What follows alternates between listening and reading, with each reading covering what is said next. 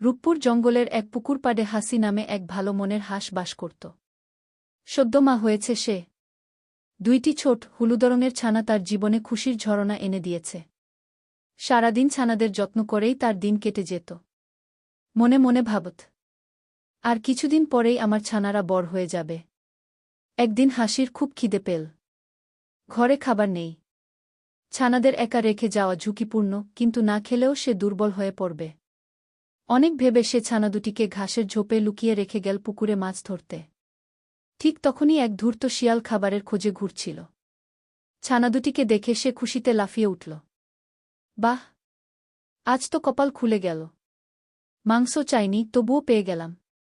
বলেই সে গোগ্রাসে খেয়ে ফেলল দুই ছানাকে। তারপর গুহায় ফিরে যেতে যেতে গান গাইতে লাগল। হাসি ফিরে এসে দেখে ছানা দুটি নেই। সে বুকফাটা কান্নায় ভেঙে পড়ল।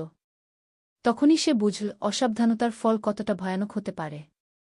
কয়েকদিন পর হাসি আবার মা হল। এবার সে আর পাড়ে বাসা বানাল না। বুদ্ধি করে পুকুরের মাঝখানে এক বট শাপলার পাতার উপর বাসা বাঁধল। এবার আমার ছানাদের কেউ কিছু করতে পারবে না, হাসি ভাবল। কিন্তু সেই লোভী শিয়াল আবার এল। সে দেখল এবার হাঁস পুকুরের মাঝখানে ছানাদের নিয়ে আছে। তখন সে এক বোকা ব্যাঙকে ফুসলিয়ে বলল, ও ব্যাঙ ভাই, হাঁসের ছানাগুলো যদি আমার কাছে এনে দাও, তোমার অনেক উপকার করব। বোকা ব্যাঙ বিশ্বাস করে ছানা দুটিকে ঠেলে পাড়ে নিয়ে এল। শিয়াল সেগুলো খেয়ে আবার পালিয়ে গেল। হাসি ফিরে এসে ছানাদের না পেয়ে আবার কাঁদতে লাগল।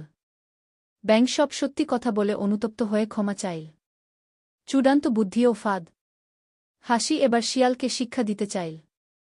সে পুকুরের এক পাশে লতাপাতা আর খড় দিয়ে এমনভাবে ঢাকল যেন মনে হয় ওটা শুকনো মাটি।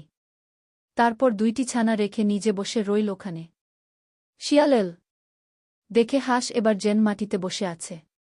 আজ শুধু ছানা নয়, হাঁসটাকেও খাব, সে ভাবল।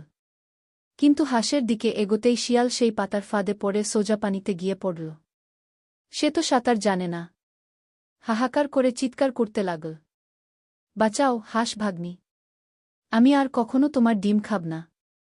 লোভেই আমার সর্বনাশ করেছে। হাসি শান্ত গলায় বলল, শিয়াল মামা, এটা তোমার লোভের সাজা। তুমি যা পেয়েছ তা তোমারই কামানো ঘু। শিয়াল পানিতে ডুবে গেল। আর হাসি চুপচাপ বসে রইল তার নতুন ছানা পাশে।